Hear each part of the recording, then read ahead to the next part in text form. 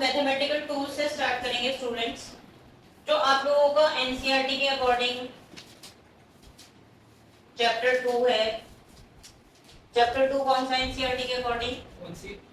Motion in motion in one dimension.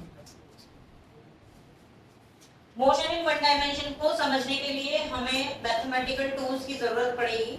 तो better है कि हम चैप्टर को स्टार्ट बाद में करेंगे, पहले हम लोग मैथमेटिकल टूल शुरू करेंगे। और तुम लोगों के लिए सबसे ज्यादा इसमें इंपॉर्टेंट टूल होता है डिफरेंशिएशन, नंबर 1 पर है। नंबर 2 पर है इंटीग्रेशन। नंबर 3 पर एक्सपोनेंशियल सीरीज होती है। नंबर 4 पर बाइनोमियल थ्योरम है। नंबर 5 पर आप बोल सकते हैं लॉगरिथम।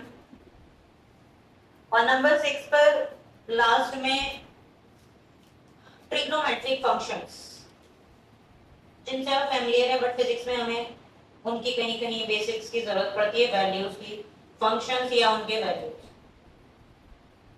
तो ये टॉपिक से हम शुरुआत कर रहे हैं। इंटीग्रेशन और डिफरेंशिएशन का बेसिक है हम लोगों के लिए 11th क्लास में। बेसिक है जो आपको किसमें पढ़ना है? फिजिक्स में। ये सब बहुत छोटा छोटा है, बाइनोमियल थ्योरम इनके बारे में डिटेल नहीं है, ये थोड़ा आपको पढ़ना पड़ेगा, ये कम है, जितना जरूरी है मैं बता दूंगी। अब ये दोनों जो टॉपिक हैं, ये इंटीग्रेशन और डिफरेंशिएशन दोनों ही मैथ्स के कैलकुलस के अंदर आते हैं। किसके अंदर आते हैं बेटा? कैलकुलस। कैलकुलस एक मैथ्स है, हायर क्लासेस में देखोगे तो कैलकुलस की एक पूरी अलग से बुक होती है। और अगर मास्टर्स में जाते हैं क्या, उससे पहले डिफरेंशिएशन कैलकुलस की एक अलग बुक होती है, इंटीग्रेशन की अलग। अब फिजिक्स में चाहे आप बायो के स्टूडेंट्स हैं या फिर मैथ्स के स्टूडेंट हो, अभी ये दोनों के लिए टॉपिक नया है। ना तो आपको डिफरेंशिएशन आती है और ना ही इंटीग्रेशन आती है, और आपको दोनों ही 11th क्लास में सीखनी पड़ेंगी। अभी ये तो सीधा 12th में ही पढ़ोगे, इंटीग्रेशन तो आएगी नहीं 11th में। डिफरेंशिएशन में भी वो 11th में इंट्रोड्यूस डिफरेंशिएबिलिटी वगैरह, या शायद ये भी 12th में। ये आप देख लेना, पहले तो 11th में थी, मैथ्स में पहले 11th में थी, अब है आपके सिलेबस में नहीं। डिफरेंशिएशन अब है 11th मैथ्स में, 12th में चली गई आई थी। अब वो 12th में भेज दिए दोनों इन्होंने। अब ध्यान दो, टॉपिक बहुत सिंपल है, और मैं जो पढ़ाने जा रही हूँ वो तुम लोगों को बेसिक पढ़ाने जा रही हूँ। चाहे आप मैथ्स में जब आप पढ़ोगे ना, तो शुरुआत यहीं से होगी जहां से मैं आज कर रही हूँ। ये दोनों वाइड टॉपिक है, पर हम इनकी डिटेलिंग में नहीं जाएंगे, जितना मुझे जरूरी है उतना सिखा दूंगी, और तुम्हें सीखना है। तो शुरुआत करते हैं। आप अपनी नोटबुक के लास्ट में लिखना है ये टॉपिक, ताकि हमारे नोट्स, क्योंकि कल से तो फिर स्ट्रेट लाइन ही शुरू कर देंगे अगली क्लास से, तो ताकि नोट्स के साथ मिक्स ना हो, इसकी प्रैक्टिस चलती रहेगी। अब सबसे पहले ये समझो, जो कैलकुलस है एक्चुअल में इसको न्यूटन ने इन्वेंट किया था। हर जगह आ जाते हैं, मैथ्स में भी है, फिजिक्स में भी है। तो सबसे पहले ये बताओ बेटा कि ये जो कैलकुलस है, जिसके मैंने आपको बताए 2 पार्ट हैं, डिफरेंशिएशन, थोड़ी मेरी बातें पहले ध्यान से सुनो, फिर उसके बाद हम करेंगे डिफरेंशिएशन है, इंटीग्रेशन। आज हम डिफरेंशिएशन से स्टार्ट करेंगे, ठीक है? क्यों ये मैथ्स लेकर आए, इसकी जरूरत क्या पड़ी, पहले ये समझते हैं हम। जैसे मैं आपसे ये पूछूं कि ये शेप क्या है, जल्दी जल्दी बताओ। इसका एरिया निकाल सकते हैं? क्या होता है? साइड का स्क्वायर। ये कौन है? इसका एरिया क्या होगा? और ये कौन है? सर्कल। इसका एरिया क्या होगा? पाई आर स्क्वायर। ये कौन है? क्लोज शेप है ये, राइट? इसका एरिया क्या होगा? राइट, अप्रॉक्स एरिया आ जाएगा। लेकिन न्यूटन ने एग्जैक्ट निकालने का तरीका बता दिया, और वही सारा हम किसमें सीखेंगे? कैलकुलस। जहां अब मैं ये बता रही हूँ कि कैलकुलस क्यों पढ़ रहे हैं। जहां नॉर्मल मैथ्स हेल्प करना बंद कर देगा, वहां कौन हेल्प करेगा आपकी? सिर्फ कैलकुलस। और ये बड़ी मैथ्स है, आगे की सारी फिजिक्स इसके अंदर होगी, और बाद में आगे चल के यही नहीं पता चलेगा कि हम फिजिक्स पढ़ रहे हैं कि मैथ्स पढ़ रहे हैं, क्योंकि दोनों मिक्सअप हो जाते हैं। इतना ज्यादा मैथ्स यूज होने वाला है आगे फिजिक्स में। तो ये कैलकुलस की जरूरत क्यों पड़ी? जहां नॉर्मल मैथ्स काम नहीं करेगा वहां कौन हेल्प करेगा? कैलकुलस। न्यूटन ने क्या इन्वेंट किया कि जो ये शेप है जिसको हम नहीं जानते, आप उसको छोटे छोटे स्ट्रिप्स में डिवाइड कर लो, इसको छोटे छोटे सेक्शन में डिवाइड कर लो, और डिवाइड करके एक सेक्शन की शक्ल पहचानो। पहचानो कौन है जो मैंने बॉर्डर कर दिया? राइट। इसका एरिया निकालो, निकाल लेंगे, और ओवरऑल के लिए क्या कर दो? इंटीग्रेट। मैं न्यूटन को इंट्रोड्यूस कर रही हूँ, पढ़ाऊंगी यही। इंटीग्रेट का मतलब सम अप करो। फिजिक्स में जो मैथ्स में जो इंटीग्रेशन है उसका मतलब क्या होता है? समिंग अप, यानी समेशन ऑफ ऑल। इंटीग्रेशन का साइन कुछ इस तरीके से होता है, वहां बाद में जाएंगे, बट फिलहाल जब नॉर्मल मैथ्स हेल्प नहीं करेगा तो कैलकुलस हेल्प करेगा। वो शेप जो आइडेंटिफाइड है उनको स्ट्रिप्स की फॉर्म से एक शेप में डिवाइड कर लेंगे, सेवरल स्ट्रिप्स में, और एक स्ट्रिप का एरिया निकालेंगे, और ओवरऑल के लिए क्या कर देंगे? Sum up. और सम अप को मैथ्स में क्या बोलते हैं? इंटीग्रेशन।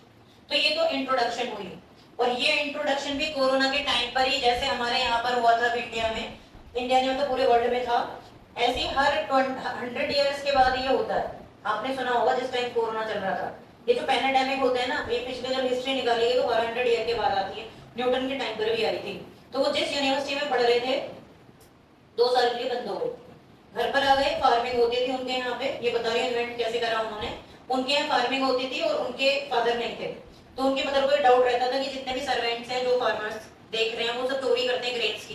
तो न्यूटन की रोज ड्यूटी लगती थी कि जाओ देखो चोरी होगी। अब उसकी मदर को तो डाउट रहता था, बट अब न्यूटन परेशान कि कोई चोरी नहीं करता, सब आराम से सोते रहते, रात भर उसको जागना पड़ता था।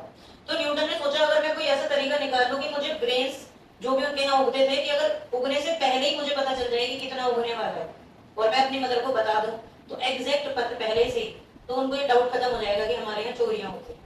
तो उन्होंने ऐसे ही किया, एक अपना जो भी उनका फार्म था उसके पूरे एरिया को, जो सर्वेंट्स लगे हुए थे वहां पर, उन्होंने एक स्क्वायर ऐसे छोटा सेक्शन मार्क कर लिया, और उन्होंने कैलकुलेशन करवाई कि यहाँ पर आप कितने ग्रेन्स डालोगे।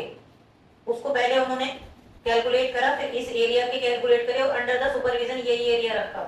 6 मंथ्स के बाद उन्होंने यहाँ पर जो क्रॉप निकली उसके ग्रेन्स को वे किया, और पूरे फार्म के एरिया से मल्टीप्लाई करके देखा कि उतना ही होना चाहिए, तो एग्जैक्ट वही अमाउंट आया। और फिर वो पूरे हर साल अपनी मदर को पहले ही बता देते थे कि देखो यहाँ पर ऐसे इतना होगा, ये होगा। वो सब चीजें लगे खराब हो गई, कुछ क्रॉप खराब हो गई, या कोई इस तरीके से बारिश वगैरह हो गई, तो यहाँ से उन्होंने इंटीग्रेशन की इन्वेंशन की कि एक छोटे से एरिया को लो, उसको निकालो, और ओवरऑल से क्या कर दो, उसे सम अप करो, या फिर क्या करो? इंटीग्रेट। तो ये तो कहानी न्यूटन की थी। हम क्योंकि डिफरेंशिएशन पढ़ रहे हैं, तो डिफरेंशिएशन में क्या होता है फिर से समझो। कोई भी मैथमेटिकल टूल पढ़ने के लिए, नई मैथ्स पढ़ने के लिए आपको ऑपरेटर चाहिए होता है, क्योंकि जब मैं तुम्हें पढ़ाऊंगी तो तुम्हारे दिमाग में बहुत सारे क्वेश्चन आएंगे, हम ऐसा क्यों कर रहे हैं, हम ऐसा क्यों माने। तो क्योंकि तुम आप नई चीज सीख रहे हो तो सब कुछ नया होगा। जैसे आप लोगों को अगर इनको पहले से जानते हैं आप, जस्ट फाइन मैंने आपके सामने लगाए हैं, ये सब कौन है? Different operators. फर्स्ट क्लास के बच्चे को एडिशन सिखाया जाता है, और उसको ये बताया जाता है this is the sign of addition. फिर उसको धीरे धीरे ये बताया जाता है बेटा आप ये करोगे तो आपके पास रिजल्ट आएगा, मेथड भी बताया जाता है। अगर वो बच्चा बोले कि मैम अगर मैं ये लिख दूं, इसके साथ भी मैं ये लिख सकता हूँ, तो आप मतलब टीचर मना करेगा और उसको बताएगा this is the different operator. तो किसी भी क्वांटिटी या कैलकुलेशन के रिजल्ट को कौन डिसाइड करता है? ऑपरेटर। अगर तुमसे कोई बोले कि 6 और 2 का रिजल्ट बताओ, तो तुम क्या बोलोगे? करना क्या है पहले ये बताओ। ऐड करेंगे कुछ और आएगा, माइनस करेंगे कुछ और आएगा, मल्टीप्लाई करेंगे कुछ और आएगा, डिविजन। यानी an operator can change result, right. In the similar way differentiation has an operator, वो होता है डी बाई डी एक्स। इसलिए समझा रहा था कि नई चीज को एक्सेप्ट करो। डिफरेंशिएशन का ऑपरेटर क्या है? D by D x, but in a normal way D represent a change. X क्यों लिया? 26 अल्फाबेट है, कोई भी ले सकते हो, 26 में से कोई भी ले लो, d by d z, d by d y, d by d m, all are differentiation. D क्या शो कर रहा है कि हम डिफरेंशिएट करेंगे, एक्स क्या शो कर रहा है कि वेरिएबल एक्स के रिस्पेक्ट। तो अब क्लियर हो गया ये ऑपरेटर है, यानी कहीं भी डी बाई डी एक्स लिखा हुआ है तो हम समझ जाएंगे क्या है, हमें क्या करना है बेटा? डिफरेंशिएट करना है। क्या करना है हमें?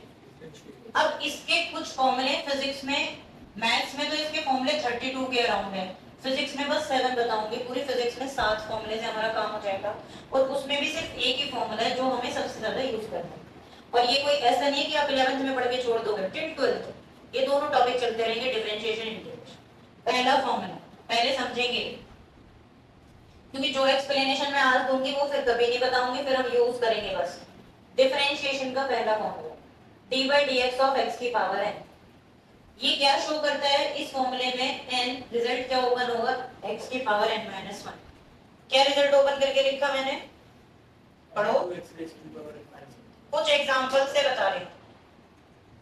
एग्जांपल देखो, example number 1 d by D x of x की पावर 3।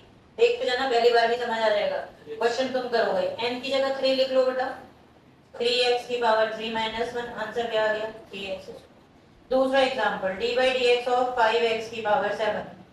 5 इज अ कांस्टेंट, तो कांस्टेंट पे फॉर्मूला नहीं लगेगा, इसको बाहर रख लेंगे, तो ये 5 और देखो इसमें फिर ब्रैकेट में ही लिखेंगे मल्टीप्लाई 7x की पावर 7 माइनस 1।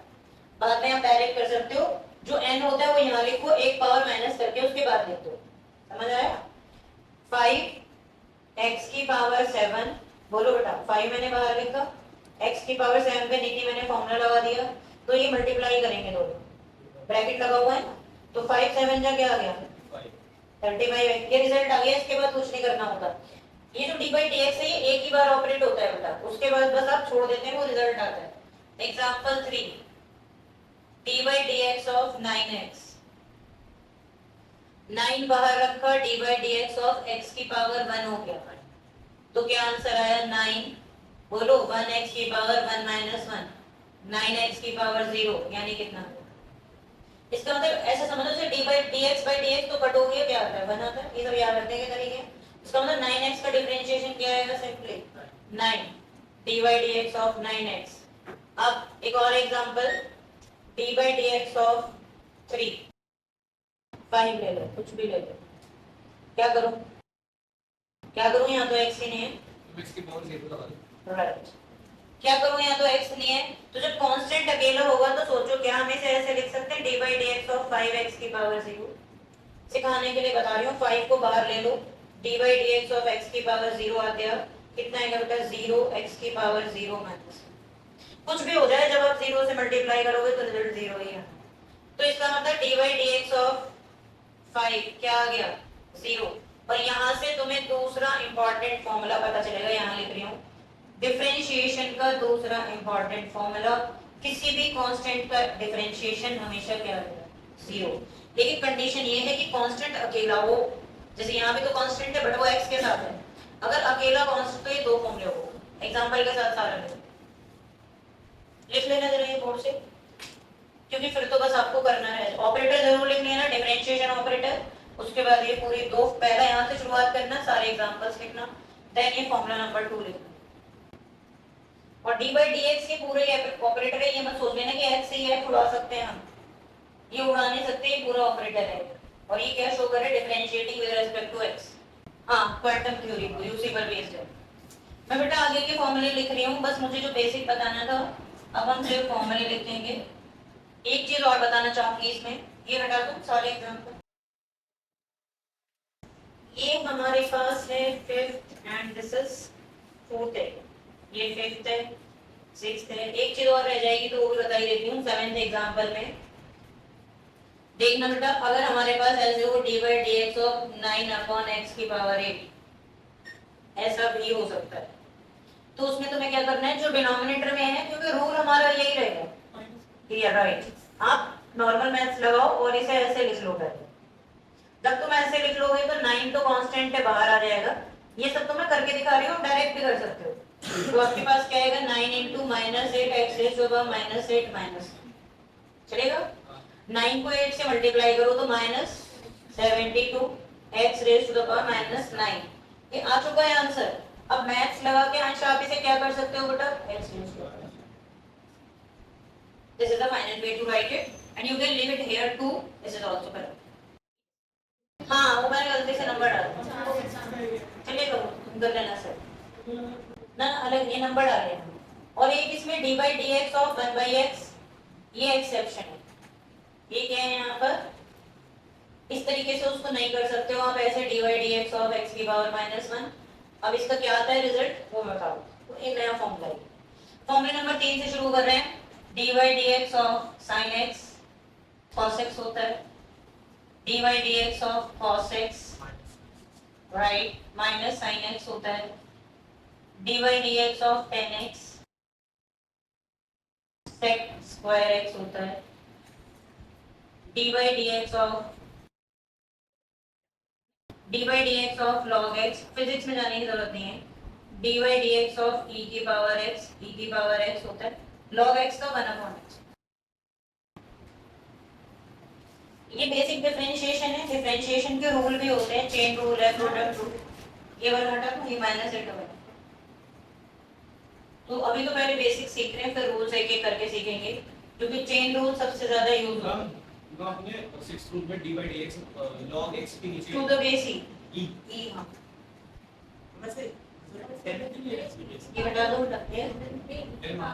x और e की पावर x, ये अकेला एक ऐसा फंक्शन है जिसका सेम रहता है। एक a की पावर x भी होता है, वो मैं नहीं लिख रही हूँ, कुछ स्कूल्स में डाल देते हैं बस। लॉग का बेस 10 नहीं होना चाहिए, लॉग का बेस 10 की होना चाहिए की जगह पर। यहाँ पर ऐसे बोल रहे हो आप, लॉग का बेस 10 होना चाहिए। हाँ ऐसा होना चाहिए, बट एक्चुअल में क्या होता है कि जो लॉग होता है वो नेचुरल लॉग होता है बेस e पर है, और अगर आप लॉग बेस e को लॉग बेस 10 में चेंज करते हैं तो एक नंबर से मल्टीप्लाई करते हैं। तो ये अभी आगे आएंगे चीजें फिजिक्स में, यहाँ इसके बताने की कोई जरूरत नहीं है, इसलिए मैंने नहीं बताया। आपको ये log x ही मिलेगा, और इसको क्या बोलते हैं बेटा, ln। वो ln नहीं कोचिंग, ये नेचुरल लॉग होता है, इसका मतलब क्या बोलते हैं इसको, नेचुरल लॉग। जून में टाइम होगा तो सुबह के करेंगे, सुबह तुम लोगों की 9 से 11 रख दूंगी क्लास। देखो वैसे भी मैं बता दूं, जून में क्लास डेली होगी आप लोगों को, मैं टाइम पहले ही अभी 1-2 दिन में डिसाइड कर लेंगे हम, क्योंकि 15 जून के बाद एक से 15 जून तक तो डेली होंगी क्लास। 2 घंटे 2 या 1.5 घंटे, 2 घंटे हो जाए तो ज्यादा बेटर है, क्योंकि 15 जून के बाद मैं 1 वीक का ऑफ दूंगी। उससे पहले मैं क्लास डेली रखूंगी तुम्हारे समर ब्रेक, क्योंकि ऑलरेडी कई पेरेंट्स पूछ चुके हैं, तो मैंने बोला सर 15 जून के बाद ही होगी समर ब्रेक 1 वीक के लिए, उससे पहले 15 दिन क्लास लगातार हो जाएगी। तो 2 घंटे तो नहीं करूंगी, अभी आप 11th में हो, 12th की होगी 2 घंटे, 1.5 या 1 hour 15 मिनट और डेली। सुबह का टाइम होगा, इसलिए कहीं दूसरे बैच को मत लेना, और या फिर हम इस टाइम पे डेली रखेंगे 4 से 5, वो आप देख लो। क्वेश्चन देखो, dy dx of x raised to the power 7 x raised to the power 8 3x plus 4। चलो ये तुम्हारे लिए, पहले मैं अपने लिए एक और क्वेश्चन ले लेती हूँ, dy dx of 2x plus 3, ये मैं सॉल्व करके दिखाती हूँ। मैं ये तो कर पाता हूं, एक और पावर ये वाला तो हां वो वाला। चलो ठीक, कुछ बातें ध्यान से सुनना, फिर अपने आप कर लेना जो कर रहे हैं। ये एक ऑपरेटर है और ये ब्रैकेट लगा हुआ है, इसका मतलब होता है हर्ष कि ये ऑपरेटर हर एक टर्म पे अलग अलग अप्लाई होगा। जैसे मैं अगर इमेजिन करूँ यहाँ a लिख दूं तो वो a सब में मल्टीप्लाई है, तो इसका स्टेप 1 क्या होगा, dy dx ऑफ x की power 7 dy dx of x की power 8 dy dx of 3x, हाँ, और dy dx ऑफ 4। अब 7, इसका मैं डायरेक्ट तरीका बता रही हूँ। देखो जो भी पावर होती है वो पावर शुरू में मल्टीप्लाई करके एक पावर कम कर दो, डिफरेंशिएशन आ जाएगा। बोलो अध्याय सही है। 7x की पावर 6 कर दो, -1 ही तो करते हैं dt। एंड अब देखो अगर मैं उसे इतना बड़ा करके स्टेप बढ़ाऊं, यहाँ पे n-1 करूंगी तो 7 7 -1 तो 6 ही तो आएगा। और सपोज ये कुछ मल्टीप्लाई हो तो उन दोनों का मल्टीप्लाई। अब ये है जैसे x की पावर 8, तो ये क्या होगा 8x की पावर 7, ये 3 है, ये 1 है, तो 3 1 जा 3 होगा, और x की पावर क्या रहेगा 0, और 4 का डिफरेंशिएशन क्या है, x की पावर 1 है तो वो 3 बचेगा बस, और जो खुद कुछ है ही नहीं तो वो 0 बचेगा। आंसर कौन आया बेटा, हर्ष समझ आया, हर्षवर्धन, अंश, सबको समझ आया। अब ये वाला तुम कर दो। हम तो यहां पे छोड़ देंगे, हाँ ये छोड़ते हैं। तो ये आया क्या है, ये डिफरेंशिएशन करने के बाद रिजल्ट आया, सिंगल डिफरेंशिएशन। इससे होगा क्या, इससे जो होगा वो फिजिक्स में सीखोगे काम के वजह से। अभी तुम्हें एक ऑपरेशन, जैसे अभी कोई बोले बच्चा कि ये हम तो, वो टीचर गला फाड़ फाड़ के क्लास में बता रही है बेटा ये प्लस है, ए प्लस का साइन होता है, बच्चा पूछेगा इससे होगा क्या, तो टीचर बोले कि पहले समझ दो फिर बताती हूँ। इसका आंसर बताओ।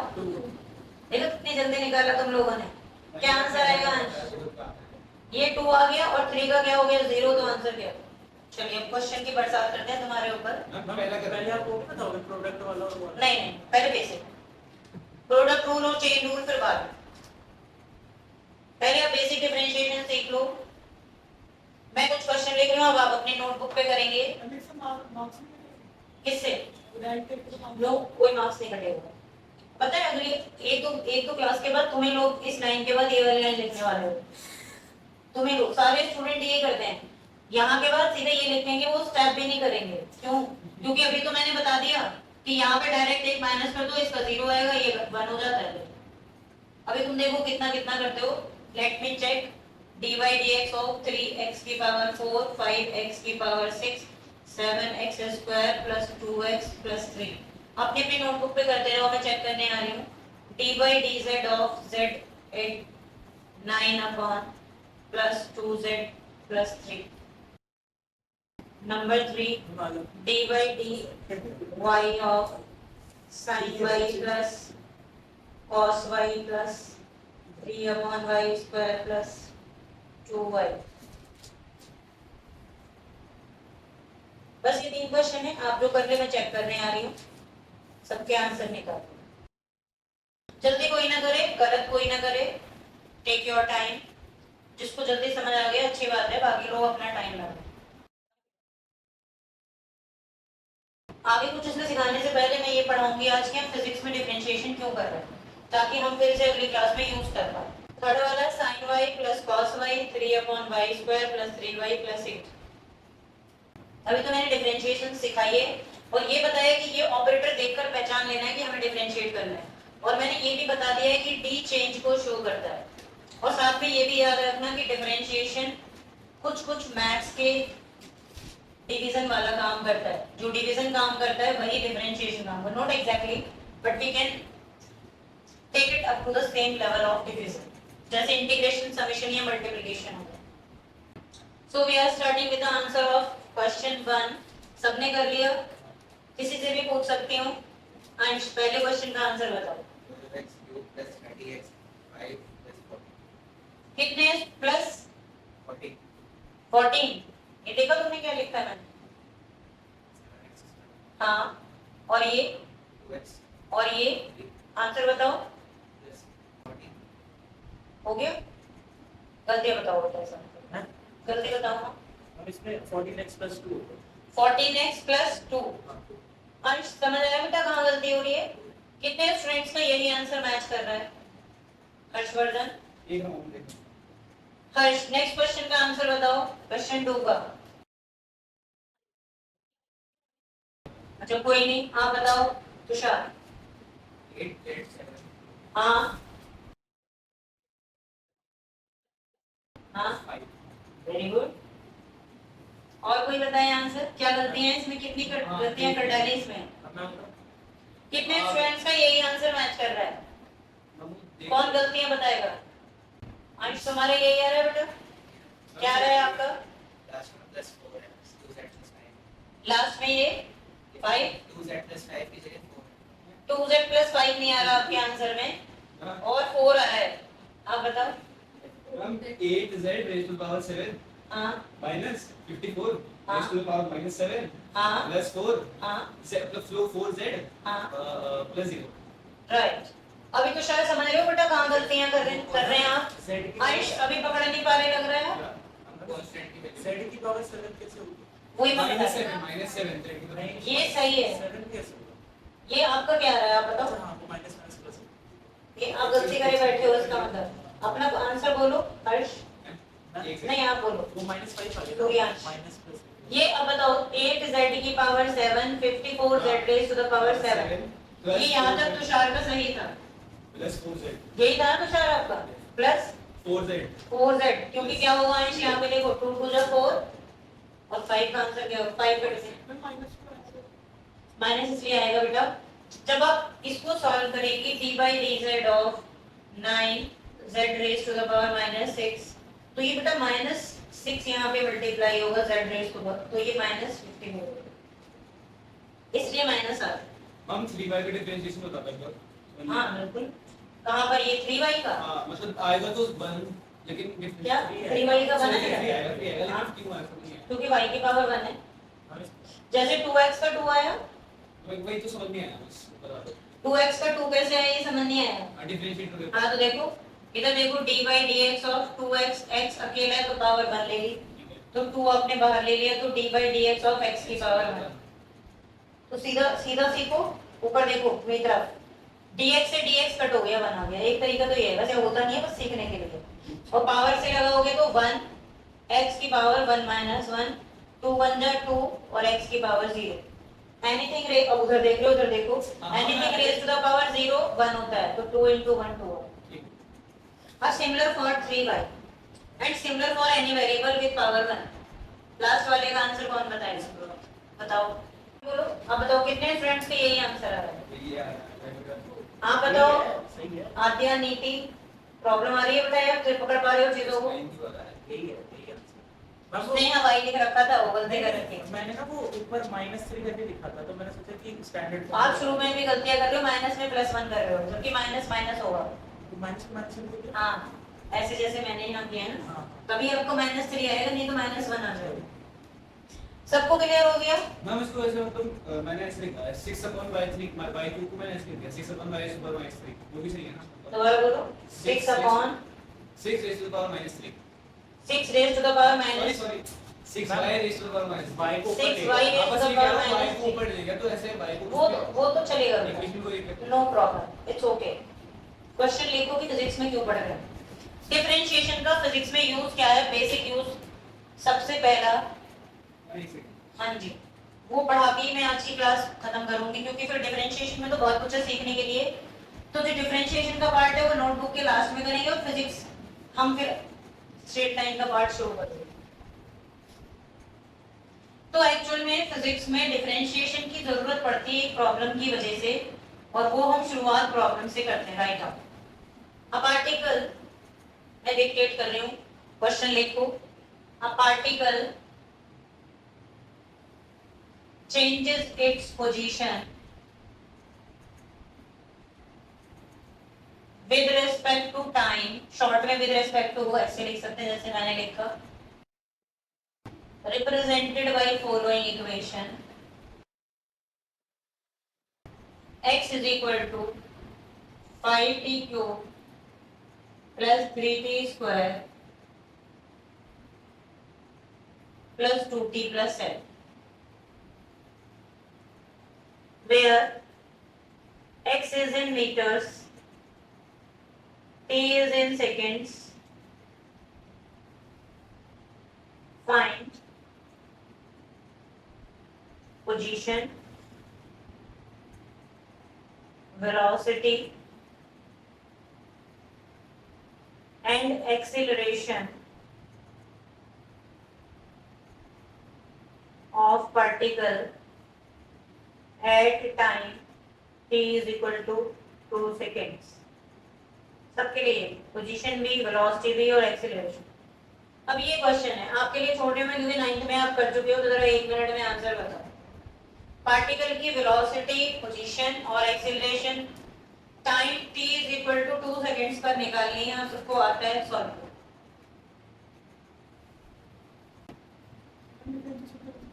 देखो आपको डायरेक्ट समझ आना चाहिए कि वो आपसे पोजीशन भी time t is equal to 2 पर पूछ रहा है, वेलोसिटी भी t is equal to 2 second पे निकालनी है, और एक्सीलरेशन। सबके फॉर्मूले स्टूडेंट को पता होते हैं, तो आप ये इक्वेशन नंबर 1 लगा लेंगे और पहला पार्ट पोजीशन निकालेंगे, और उसके लिए पुट करेंगे t is equal to 2 seconds in 1 in equation. इधर देखो, अब समझ रहे हो तो समझो। x is equal to 5 2 का क्यूब प्लस 3 2 का स्क्वायर प्लस 2 into 2, अंश इधर ध्यान रखो, दिख रहा है आपको? तो 5 8 5 जा कितना होगा 40, प्लस 4 3 जा 4 प्लस 7 कितना आ गया 52, प्लस 11 आंसर कितना आ गया। कोई प्रॉब्लम किसी की? ये आंसर नंबर 1 है। अब आंसर पता चला तो स्टूडेंट वेलोसिटी निकालेगा। Velocity is equal to position या डिस्प्लेसमेंट अपॉन टाइम 63 अपॉन 2। फिर उसे वेलोसिटी पता चल गई तो वो एक्सीलरेशन निकालेगा, change in velocity upon time, जो भी यहाँ से आएगा 31 मीटर पर सेकेंड, 31 अपॉन 2, ये कितना आएगा 2, हाँ सॉरी 2 1 जा 2, 15.5 मीटर सॉरी 2 1 जा 2 और ये कितना हो जाएगा 31.5 मीटर पर सेकेंड। 2 सेकेंड से 4 क्यों होता है? हाँ फाइनल वेलोसिटी आ गई ना, हाँ राइट। अब इधर देखो, हम लोगों ने सही वैल्यू पुट की है, आपका पहला आंसर ठीक आ जाएगा। यहाँ पर आपका फॉर्मूला सही है, कैलकुलेशन सही है, पर जीरो मिलेगी। यहाँ पर भी फॉर्मूला सही है, कैलकुलेशन सही है, लेकिन जीरो। ये दोनों गलत हो गए।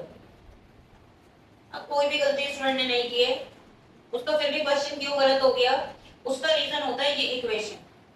ध्यान देना इस बात पर बेटा, ये वेरिएबल पोजीशन होती है, क्या बोलते हैं इसको, वेरिएबल पोजीशन, जो टाइम की वैल्यू चेंज होने से लगातार चेंज होगी, है कि नहीं। अगर हम t को 3 लेंगे तो आंसर कुछ और आएगा, 1 लेंगे तो आंसर कुछ और आएगा। और इन क्वेश्चंस को सॉल्व करने के लिए वेलोसिटी और एक्सीलरेशन में हम डायरेक्ट फॉर्मूला नहीं लगाते। वेलोसिटी का फॉर्मूला होता है dx अपॉन dt, ध्यान दो इस बात पर।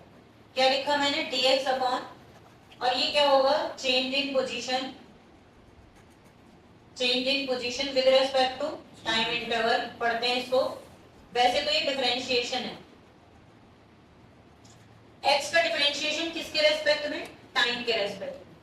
और इस वेलोसिटी का फिर नाम बदल जाता है, इसको क्या बुलाते हैं, इंस्टेंटेनियस। अभी आगे चैप्टर में आने वाला है ये वेलोसिटी, क्योंकि मैं टॉपिक को क्वेश्चन की हेल्प से इंट्रोड्यूस कर रही हूँ तो उसकी डेफिनेशन वगैरह बाद में आएगी। बट ये एक्चुअल में क्या होगा, अब जब तुम्हें वेलोसिटी निकालनी है तो d by dt of x वहां से उठाओगे 5t cube plus dt square plus 2t plus 7। देख लो सब लोग अवेयर तरीके से। अब तुम्हारे पास पहले वेलोसिटी टाइम के फॉर्म में आएगी, क्या 3 5 जा 15t, इसलिए सिखाया जाता है डिफरेंशिएशन, क्योंकि वेलोसिटी आ गई। ये क्या है बेटा 60 प्लस 2 और 7 का क्या हो जाएगा 0। जब आप ये काम कर लोगे तो अब आप इसमें पुट करोगे t is equal to 2 seconds, और ये हम इक्वेशन नंबर 2 डाल देंगे जो वेलोसिटी टाइम के टर्म में है, ठीक है।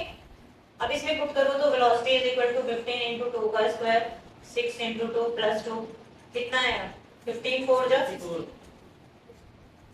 ठीक है, कितना आया मीटर पर, ठीक है। अब जब आप एक्सीलरेशन निकालोगे then don't do that mistake again. अब ये मत सोचना कि हमारे पास ये फाइनल वेलोसिटी आ चुकी है, this is the velocity which is variable and depending on time. तो again we use acceleration is change in velocity with respect to time, समझ रहे हो। वेलोसिटी का चेंज किसके साथ निकालोगे, टाइम के, तब एक्सीलरेशन आएगा। डायरेक्ट फॉर्मूले नहीं लगते, कब, जब वेरिएबल पोजीशन, ठीक है। सोचो यहाँ पर अगर तुम्हारे पास पोजीशन में, अगर सोचो तुम्हारे पास 5t होता पोजीशन में, तो यहाँ तुम डिफरेंशिएट करते तो 5 आ जाता, वेलोसिटी 5 मीटर पर सेकंड आ जाता, क्योंकि t का डिफरेंशिएशन क्या आ जाता 1 और वेलोसिटी क्या आ जाती 5, तो एक्सीलरेशन क्या आ जाता 0, क्योंकि वेलोसिटी कैसी है कांस्टेंट। ये बात समझ में आ रही है नीति या नहीं आ रही है? अच्छा पहले ये बताओ इतना समझ आया यहाँ तक। उसके बाद जो ये मैंने फॉर्मूला लिखा ये तुम्हारे लिए नया है, फिर तुम्हें याद रखना पड़ेगा वेलोसिटी का फॉर्मूला। इसमें मैंने टाइम के रेस्पेक्ट में डिफरेंशिएशन करी, जैसे d by dx पढ़ाया था, d by dz पढ़ाया था, ऐसे d by dt हो गया, d by dt of t। अभी मैं ऑपरेटर और वेरिएबल सेम है, आगे अलग भी हो जाएंगे। ना ना ना, ये क्या किया बेटा डिफरेंशिएट। अब क्लियर हो गया बेटा। अब फिर मैं यहाँ पे डिफरेंशिएट करूंगी तो a इज इक्वल टू क्या आएगा, d by dt of velocity की जगह क्या लिख देंगे बेटा 15t square plus 6t plus 2। जरा तुम लोग डिफरेंशिएट करो, मेरे पास जवाब है, मैं यहाँ कर देती हूँ। अब समझ आ गया, इसको डिफरेंशिएट कर लोगे। हाँ तो यहाँ मैं इसका पुट करके वैल्यू रख रही हूँ, तो कितना आया बोलो, a is equal to 30t plus 6। समझ आया, इसका डिफरेंशिएशन सब डायरेक्ट कर रही हूँ। तुम लोगों के लिए ज्यादा हैवी डोज तो नहीं हो रही डिफरेंशिएशन की डायरेक्ट? नीति बता दो। आद्या, जो इतना डायरेक्ट मैंने एकदम पढ़ाते हैं, वैसे मुझे पता है सारे इंटेलिजेंट बैठे हो, लेकिन अगर नहीं समझ पा रहे हो तो तुम अपने लेवल पे धीरे धीरे कर लेना डिफरेंशिएशन। मैं तो सीधा सीधा जो स्टेप बताए वो करते चले जाओ। और अब इस एक्सीलरेशन में क्या पुट कर दोगे t की जगह? तो कितना है 60 × 2 + 66। क्योंकि एक टीचर हमेशा गलत होता है, ये बात याद रखना, ये समझने में कि स्टूडेंट को समझ आ गया हो। जब तुम मुझे अच्छा रिजल्ट दोगे तभी मैं समझूंगी कि समझ आ रहा है। आप बिल्कुल फ्री हैं अपना डाउट पूछने के लिए, इसको नोट कर लो। मैं शेयर कर रही हूँ आपको फोटो क्वेश्चंस की डिफरेंशिएशन पर बेस्ड। सारे तो नहीं कर पाओगे बट मैं उनका नंबर भेज दूंगी जो आप कर सकते हो। बिल्कुल उल्टा होता है, m प्लस में हो जाएगा। कुछ अलग ही होता है, इतना उल्टा नहीं होता। नीचे आएगा ऐसे नहीं बोल सकते कि जैसे x का उल्टा 1/x होता है, तो मल्टीप्लाई मेरा डिवाइड हो जाएगा। उल्टे होते हैं। हाँ हाँ, फॉर्मूले में जैसे वहाँ साइन का कॉस है वहाँ कॉस का साइन होगा। तो इतना साइन कॉस मत करो, पहले उन्हें एक ही पढ़ लेने दो। और क्वेश्चन दो होमवर्क के लिए, वो तो करने पड़ेंगे। मैं फोटो भेज रही हूँ। मुझे ये बताओ इसमें कोई डाउट आ रहा है बेटा डिफरेंशिएशन? क्योंकि अभी जो सिखाया है मैंने, ना तो कोई रूल बताया आपको, product rule, chain rule, quotient rule, क्योंकि पहले मैंने सिखाना था। ठीक है, होमवर्क में शेयर करूंगी बेटा। आज की क्लास में इतना ही करते हैं। Thank you.